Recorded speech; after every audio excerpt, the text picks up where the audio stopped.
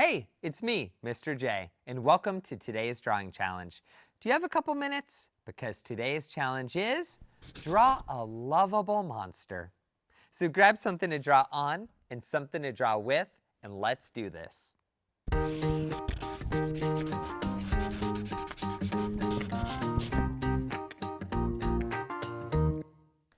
Do you know what's so fun about drawing monsters?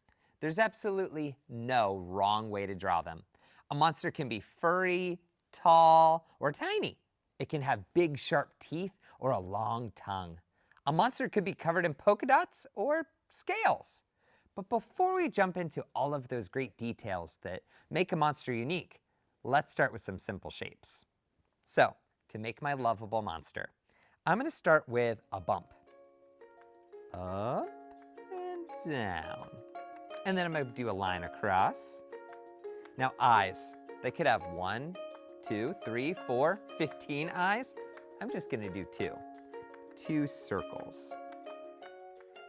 And 2 little circles for the pupils.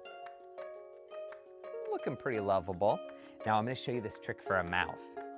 We draw a line across and then a bump.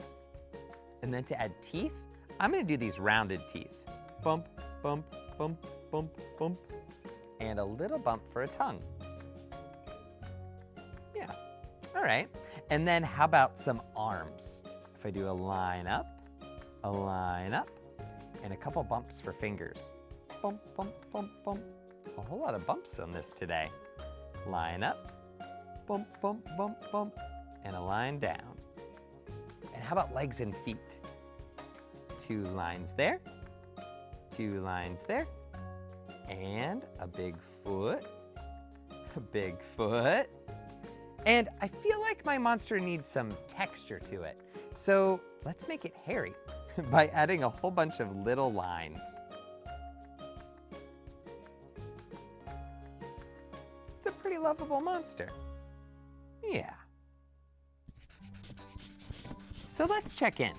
Sometimes even cute, lovable monsters just need a break. Do you ever need time for yourself?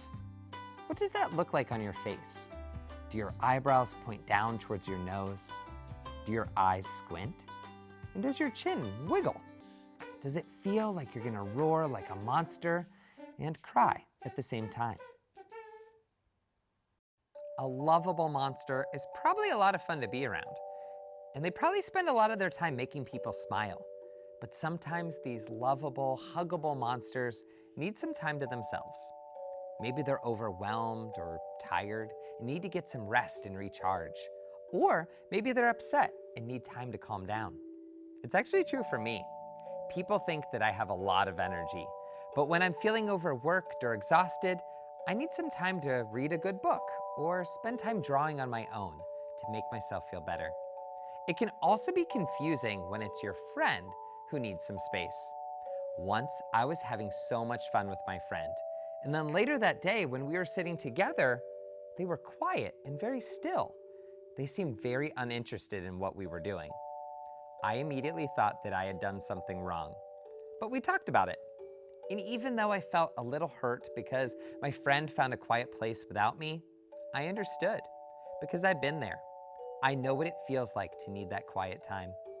If you ever need some quiet time to yourself, maybe use your drawing to talk with a parent or trusted adult about what you're feeling and how to ask for what you need. A drawing of a lovable monster is a great place to start that conversation. And I can only imagine how lovable and huggable your monster must be. Here's mine.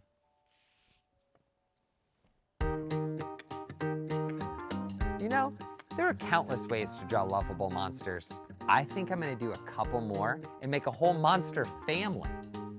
Well, thanks for joining me today as we drew a lovable monster. I look forward to seeing you next time for another drawing challenge.